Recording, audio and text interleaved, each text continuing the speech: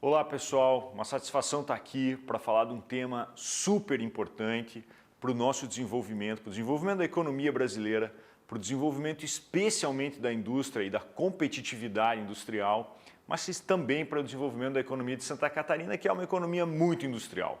A gente vai falar da reforma tributária, um problema que já vem se arrastando há mais de 20 anos, na verdade há 30 anos, e que a gente tem a oportunidade agora de dar um enorme passo, porque ela está para ser votada no Senado, tá? Na próxima semana. Então é um vídeo um pouco para que estimule a reflexão dos senhores e eventualmente pressionem os nossos congressistas para que avancem nesse sentido. Então eu quero iniciar dizendo assim, o que é que seria um bom sistema tributário, que evidentemente que não é o nosso. O nosso é um dos piores sistemas tributários do mundo, sem nenhuma dúvida. Um bom sistema tributário tem que ter 4 regras básicas. A primeira delas é simplicidade para o contribuinte, de maneira que o uso improdutivo de recursos não aconteça. A ideia básica é que a gente tenha um sistema tributário simples, de maneira que a gente coloque o mínimo possível de pessoas para fazerem o trabalho de compreensão desse sistema tributário e do pagamento dos tributos. Eventualmente que não é isso que a gente tem no Brasil. Nós temos um dos sistemas mais difíceis de se compreender e que, portanto, gera um enorme contencioso. Ou seja, muitas pessoas, muitos recursos humanos voltados para fazer uma atividade que não é uma atividade que aumenta a produtividade das empresas e também um conjunto enorme de pessoas para analisar no sistema administrativo e judiciário estatal para entender também as diferenças de interpretação entre o que deve ser pago e o que não deve ser pago. Do outro ponto de vista, a gente precisa também que o sistema seja neutro, ele tenha neutralidade do ponto de vista da organização da produção. Então, do ponto de vista da organização da produção dentro de um país, não faz sentido a gente ter guerras fiscais,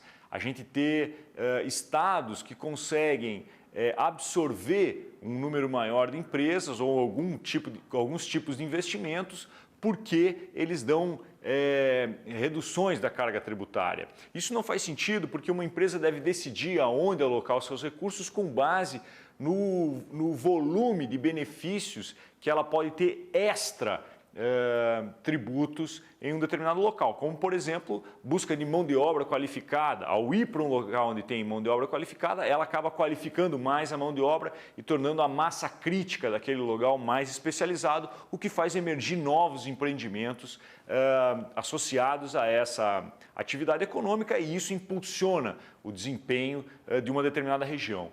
De outro ponto de vista, o sistema tributário também precisa ter, o terceiro ponto, transparência, para que todo mundo saiba quanto está pagando. E esse é um enorme problema no Brasil. O sistema tributário, que é altamente cumulativo, ele não permite a gente saber exatamente quanto cada empresa paga no final do seu processo produtivo. Para a gente ter uma ideia, há uma estimativa feita pela Confederação Nacional da Indústria e que a gente paga no final 7,4% em média de impostos que não aparecem no sistema. Então, quando a gente vai competir com um país como a Argentina, por exemplo, ou com o Chile, ou com a maioria dos outros países do mundo, a gente vai competir por um outro mercado, por exemplo, um mercado nos Estados Unidos, nós já saímos atrás 7,4%, porque o nosso sistema tributário é muito ruim. Ele acumula tributos e a gente não sabe muito bem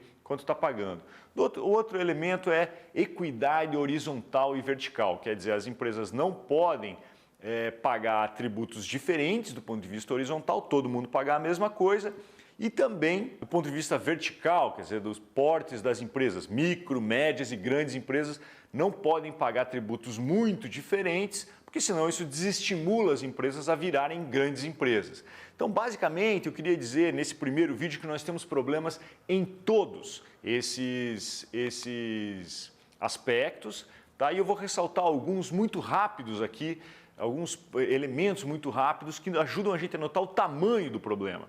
Quando a gente pensa em horas para calcular a tributação, que é a gente pensando naquele ponto de simplicidade do sistema tributário, o Brasil é o país que mais gasta horas pessoas trabalhando para calcular a tributação no mundo. O Brasil é o país que mais gasta horas. A gente tem uma estimativa do Banco Mundial que o Brasil gasta 1.500 horas, uma empresa brasileira gasta num ano para fazer os seus pagamentos de tributos. Uma estimativa da Deloitte, que também está mostrada aqui nessa lâmina, mostra que empresas que faturam até 45 milhões gastam 2.960 horas.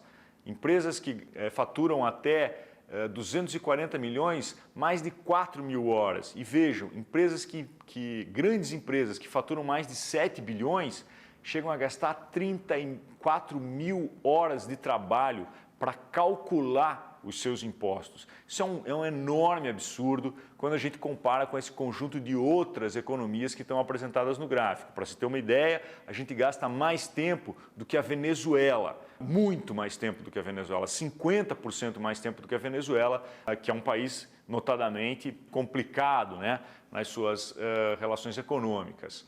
Um outro dado que eu queria mostrar, vejam só, do ponto de vista ainda da simplicidade e transparência, um comparativo, né, entre o valor do contencioso tributário como percentual do PIB de 2013 até 2018. Notem que o Brasil, meus caros, tem um contencioso tributário ali naquela coluna da direita de 73% do PIB. 73% do PIB brasileiro é o valor do contencioso tributário, daquilo que está em discussão para ver se deve ser pago ou não.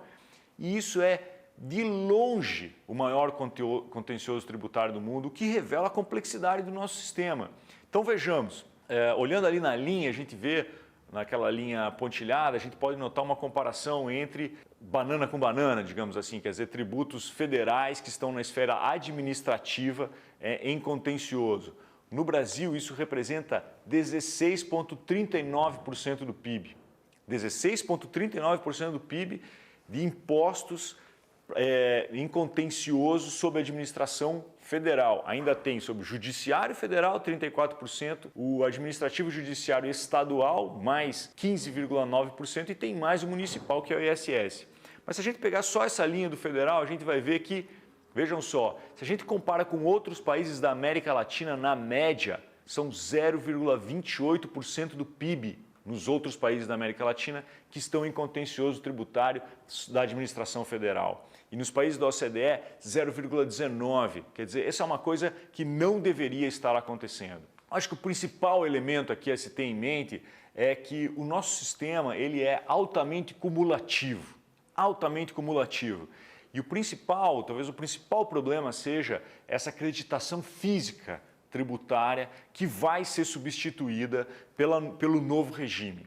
Então, a reforma tributária prevê essa mudança no sistema de cumulatividade com um acreditamento de todos os bens, um acreditamento financeiro, portanto, de todos os bens e serviços que forem adquiridos durante os processos produtivos. Isso é uma grande mudança e que a gente vai passar no segundo vídeo.